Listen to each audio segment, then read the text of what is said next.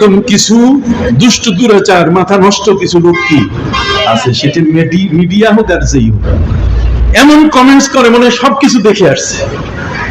কতক্ষণ না আমি একটা কমেন্টস দেখলাম আমার সম্পর্কে, বলছে উনি ভালো লোক না। তো ভালো লোক না, আমি তো ভালো হইতে চাই। কারণ এই সাহেব কেবলার ওই যে 15ই জানুয়ারি যে ইসলে সব হয় ওখানে উনি যান না। তো ওখানে উনি যান না, এই কথাটি বলার পরে আমি ওকে কি জবাব দিব? তো আমার সাথে সরাসরি ফোন করে নাই, একটা কমেন্টসে লিখছে, উনি বলছে ওখানে লিখছে যে আমি নাকি 4-5 লাখ টাকা না হলে সাহেব কেবলার মাহফিলে যাব না। আমার তো এগুলো কিছুই জানা নেই, এই যে মিথ্যা। সম্মানিত শুধু ঘটনাটা ছিল ভিন্ন। আমি সাহেব কেবলার যেদিন ইন্তেকাল সেদিন সহ প্রতি 15ই জানুয়ারিতে আমি যাইতাম, কিন্তু দুর্ভাগ্য বিষয় হলো যে আমার মা 14ই জানুয়ারি মারা গেছেন। 108 বছর বয়সে আমার মা ইন্তেকাল করছেন। আমি ওয়াজ করতেছি দুলালপুর হোমনা, আর আমার মা আমার দেশের বাড়িতে ইন্তেকাল করছেন 14 তারিখ সন্ধ্যায়। কথা বুঝতে পারছেন? আমি মাহফিল করতেছি, কিন্তু মাহফিল ওলারা এত চালাক, ওরা আমাকে জানাইতেছে না, অথচ আমার বাসা থেকে বারবার আমাকে চাচ্ছে যে ওনাকে দেন, ওটা মা মারা গেছেন, মা ইন্তেকাল করছেন, আমি মায়ের একমাত্র ছেলে, অতএব তাড়াতাড়ি দেন, আমরা চলে যাব ওনাকে নিয়ে দেশে। আমরা ট্রেনের সিট রিজার্ভ করে ফেলছি।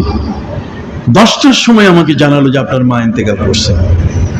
আমি যাওয়ার পরে বহু কষ্ট করে আমি কমলাপুর স্টেশনে গিয়ে ওদের সাথে, মাত্র 5 মিনিট ছিল, আল্লাহ আমাকে মিলাই দিয়েছেন, ট্রেনে উঠলাম। পরের দিন বাড়িতে যাইয়া মাকে দাফন করলাম 15ই জানুয়ারি। 15ই জানুয়ারি দাফন করার পরে আমার এলাকার মানুষ বলছে, তোমার মা যদি 15 তারিখ ইন্তেকাল করলো, তাহলে তুমি 14 এবং 15 তারিখে তোমার মায়ের একটা ইসালে সওয়াব দাও। কতক্ষণ না আমার মায়ের নামে 14-15 তারিখ ইসালে সওয়াব দেওয়া, এটা কি অন্যায়? একটু হাত উঁচু করে বলুন তো, অন্যায় নাকি? আমার মা না, আমার মায়ের উপর কি কাউকে প্রাধান্য দিব?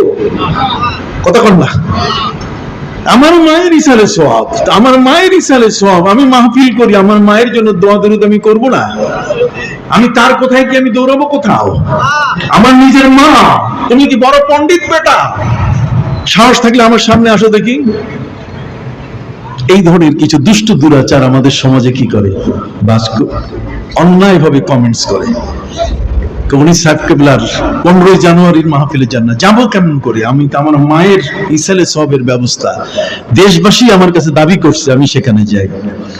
আমি সাহেব কেবলা যারা সাহেবজাদার যারা সবাইকে বলছি যে এই দিন আপনারা আমার উপরে মন খারাপ করবেন না। আমি আমাদেরকে বলে রাখছি যে আমি এই দিনটাতে আসতে পারবো না। এখানে কোনো টাকার প্রশ্ন আছে? এই ধরনের কমেন্টস যারা করে তাদের সবচেয়ে বড় যে ক্ষতিটা, সেটা হলো চোখের জ্যোতি নষ্ট হয়ে যাবে অল্প দিনে।